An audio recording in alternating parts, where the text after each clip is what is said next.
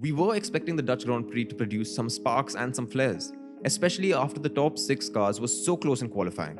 But no one could have predicted just how exciting this race would be. Max Verstappen won again, but it wasn't a straightforward win at all. It was a roller coaster of a race. So stick around and we'll take you through it. This is how the race finished.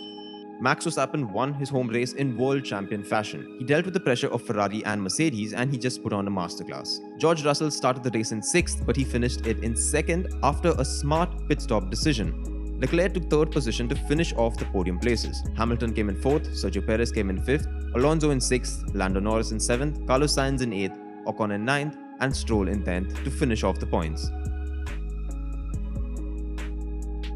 Every single race, Ferrari finds a way to shoot themselves in the foot. This weekend, it was no different. This time, they spared Leclerc, but Sainz got the bad end of the bargain. In the early stages of the race, he was 3rd and the team called him in for a tyre change. But when he got to the pits, they didn't have the tyres ready. The most successful Formula 1 team in history forgot that they needed tyres for the pit stop. To make it funnier, they even left a wheel gun out in the path of Sergio Perez, which Perez ended up driving over.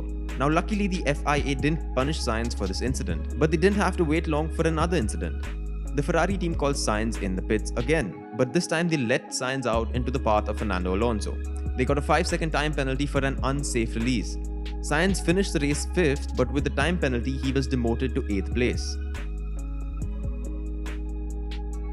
Throughout the season, it's been mostly Ferrari and Red Bull battling it out. But today we saw Mercedes get thrown into the mix.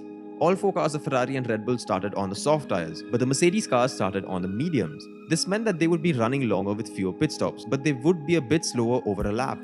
And it seemed to be going in Mercedes' favour. They were chasing down Verstappen and it seemed like it could go down to the wire. But a late safety car saw Verstappen go into the pits for a set of new soft tyres, while Mercedes kept Hamilton out on old medium tyres. Even George Russell pitted for soft tyres. And this is where Mercedes lost the strategy game. Russell's call was a great one, and that's how he managed to finish 2nd with Leclerc right behind him.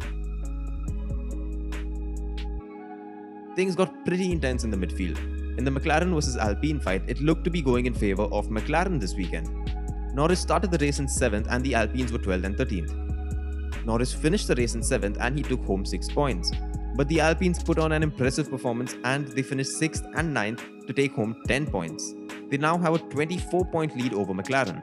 Lance Stroll finished in 10th yet again this season. But more importantly for the Aston Martin driver, AlphaTauri didn't finish in the points. Tsunoda retired and Gasly was 11th. This means that Aston Martin now inches closer to AlphaTauri. There's a 4-point difference between them. Max Verstappen has proven once again that he's fit to be a world champion. If anyone ever had any doubts about his abilities, watch these last 3 races and you'll see that he's been flawless. Mercedes threw everything at him today. Maybe they forgot a set of soft tyres, but Verstappen made absolutely no mistake. He didn't crash into anyone, he didn't spin, and he didn't even swear. He and Red Bull worked in sync to win the Dutch Grand Prix in stunning fashion. He now has 310 points, while Leclerc and Perez are tied with 201 points each.